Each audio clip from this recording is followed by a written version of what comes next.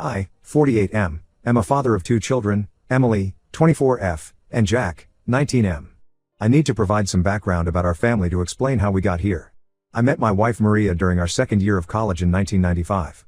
She studied business administration while I focused on engineering. Maria came from a middle-class family that owned a small retail store, which sparked her interest in business from an early age. After graduation, I started working in construction management while Maria pursued her dream of starting a jewelry business. She began by making custom pieces in our small apartment and selling them online. Within 3 years, her business grew enough to open a small storefront. She had an incredible talent for both designing jewelry and managing the business side of things. We got married in 1999 when I was 26 and she was 24. By then, her jewelry business had 5 employees and was making good money. We bought our first house in a nice neighborhood with good schools, planning ahead for the family we wanted to have. Emily was born in 2000, and Jack followed in 2005. Maria was the kind of mother who balanced work and family perfectly.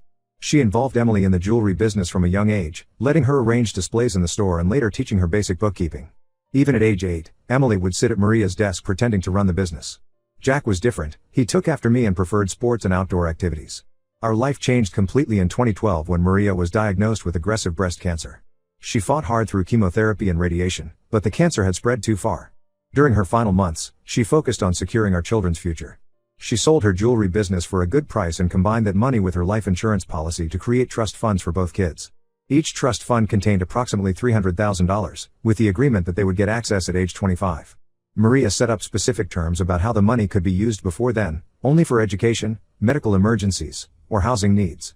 She appointed me as the trustee but made her wishes clear about preserving the money for the kids' futures. After Maria passed away, I dedicated myself to giving our children the best life possible. I worked extra hours as a construction project manager to maintain our lifestyle. We stayed in the same house to keep the kids in their schools and near their friends. I made sure to keep Maria's memory alive by telling stories about her business success and determination. Emily excelled in school, particularly in computer science and programming. She inherited her mother's entrepreneurial spirit and started developing apps in high school. She got a scholarship to study computer engineering in college and graduated with honors in 2022. She now works as a software engineer but has always planned to start her own tech company once she got access to her trust fund. Jack is currently in his second year of college, studying business administration. He's more laid back than his sister but still responsible and focused on his goals. He works part-time at the university's athletic department to earn extra money for expenses. 3 months ago, during a routine physical, my doctor found something concerning. After multiple tests and biopsies, I was diagnosed with a rare form of pancreatic cancer. The standard treatments wouldn't work for my type of cancer due to its location and specific genetic markers. My oncologist recommended an experimental treatment available at a specialized clinic in another state. The total cost for the treatment would be around $300,000. My insurance would only cover $50,000 because it's considered experimental. I spent weeks trying to find ways to pay for it. I applied for every medical loan possible but got rejected because of the experimental nature of the treatment. I started a GoFundMe that raised $20,000. I even reached out to Maria's family, but they couldn't help with such a large amount. I sold my car and took out a second mortgage on the house, which gave me another $30,000. The doctors said I needed to start treatment within 2 months for the best chance of survival. After 6 weeks of trying everything possible, I still needed $200,000. That's when I started thinking about Emily's trust fund. As the trustee, I had access to the accounts. I kept telling myself that Maria would understand, that she wouldn't want our children to lose both parents to cancer. After another week of internal debate, I made the decision to withdraw $250,000 from Emily's trust fund, leaving $50,000 in it. Emily discovered what I'd done last week when she tried to check her trust fund balance online. She called me immediately. Through tears, she explained how she had been working on a business plan for 2 years, had potential investors lined up, and was counting on the trust fund money as her main capital. She said I had stolen not just her money, but her mother's legacy and her dreams.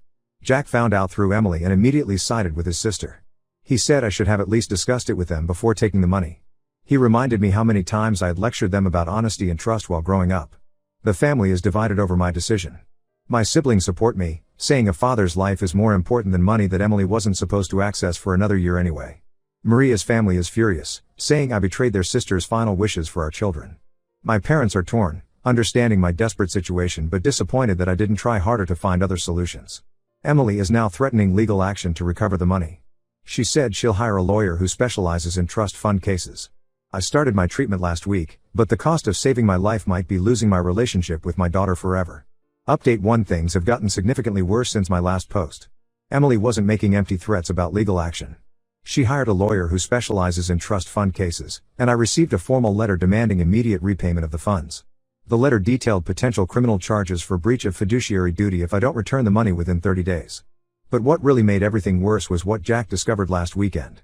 He was helping me organize paperwork for my medical insurance claims when he found documents about an inheritance I received from my Uncle Robert 2 years ago. I need to explain about Uncle Robert because it makes this situation even more complicated. Uncle Robert was my mother's brother who never married or had children. He made a fortune in real estate during the 1990s housing boom. He was always close to our family and helped us financially when Maria was sick, paying for some experimental treatments that our insurance wouldn't cover. He passed away 2 years ago and left each of his nephews and nieces approximately $200,000. I never told my kids about this inheritance because I lost most of it in a bad investment. My younger brother Peter had been planning to open a chain of fitness centers in our state. He had experience managing gyms and presented a detailed business plan. The market analysis looked promising, and several other investors were already on board. I thought it could provide extra income for our family's future, so I invested $180,000 in the venture. 6 months later, the business failed completely. Peter had mismanaged everything and eventually declared bankruptcy. It turned out he had gambling problems and used some of the business funds to cover his debts. I lost all the investment money and hadn't spoken to Peter since then. I kept this failure secret from everyone, including my children, because I was ashamed of losing such a large amount of money. Jack found the inheritance paperwork along with the bankruptcy documents while sorting through my files. He immediately told Emily about it. This led to another phone call from Emily, but this time she was even more upset. She said I had no right to touch her trust fund when I had already wasted money that could have covered most of my treatment. She wanted to know what other financial secrets I was keeping from them. Emily posted about the situation on Facebook, explaining how I had hidden the inheritance loss and then taken her trust fund money without telling her. The post quickly spread through our extended family and friend circles. People started taking sides and leaving comments. Some defended my right to use the money to save my life, while others condemned me for betraying my daughter's trust. My sister Sarah, who was very close to Maria, came forward with more information that made everything worse. She told Emily about conversations she had with Maria during her final months. Maria had specifically discussed her hopes for the trust fund money. She wanted Emily to use it to start her own business, just like she had done with her jewelry store. Maria had noticed Emily's interest in technology and business from a young age and wanted to make sure her daughter had the same opportunity she had. This revelation about Maria's specific wishes for the money made Emily even more determined to take legal action. She said I had not only taken her money but had also gone against her mother's explicit plans for her future. More family members got involved after learning about these conversations. Maria's brothers offered to help Emily with her legal fees. My side of the family became divided, with some supporting my decision to use the money for life-saving treatment, while others criticized me for hiding the inheritance loss. The situation at home has become very tense. Jack still lives here while attending college, but he barely speaks to me now. He spends most of his time in his room or at his campus job. When we do talk, it's only about basic household matters.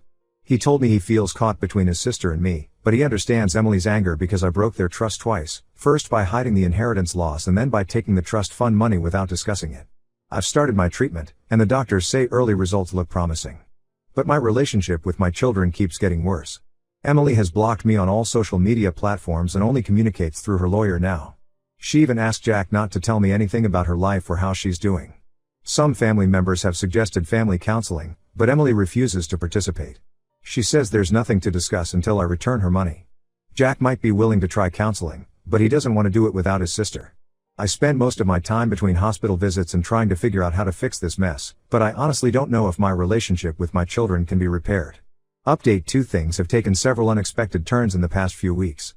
Emily's lawyer discovered something significant while reviewing the trust fund documents. The trust agreement had very specific terms about how the money could be used before Emily turned 25. As trustee, I was only allowed to use the money for Emily's education, medical care, or housing needs. Using it for my own medical treatment violated multiple terms of the trust. This discovery led Emily's lawyer to file additional legal motions. They're now pushing not only for the return of the money but also to have me removed as trustee of both Emily's and Jack's trust funds. Even though I haven't touched Jack's fund, they argue that my actions with Emily's money prove I can't be trusted to manage either account. During this process, Emily's lawyer also uncovered something else I hadn't told my children. 3 years ago, I had tried to use some of Jack's trust fund money to help Peter, my brother who lost my inheritance money, pay off his gambling debts. The bank flagged the transaction as suspicious and blocked it. I never told anyone about this failed attempt, but now it's being used as additional evidence of my mismanagement of the trust funds. A family meeting was arranged by my sister Sarah to discuss the situation.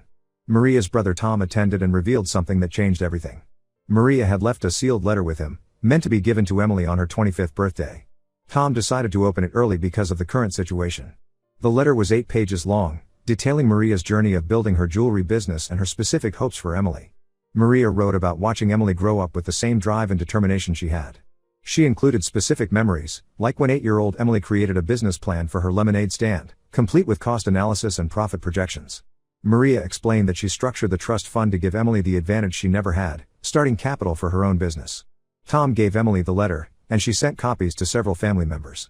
After reading it, even relatives who had supported my decision changed their minds. The letter made it clear that Maria had specific plans for the money, and I had gone against her wishes. My parents, who initially defended my choice to use the money for treatment, now say I should have tried harder to find other options. The situation got even more complicated when Jack found a notebook in the attic while looking for old photos. It contained Maria's handwritten notes from when she was setting up the trust funds.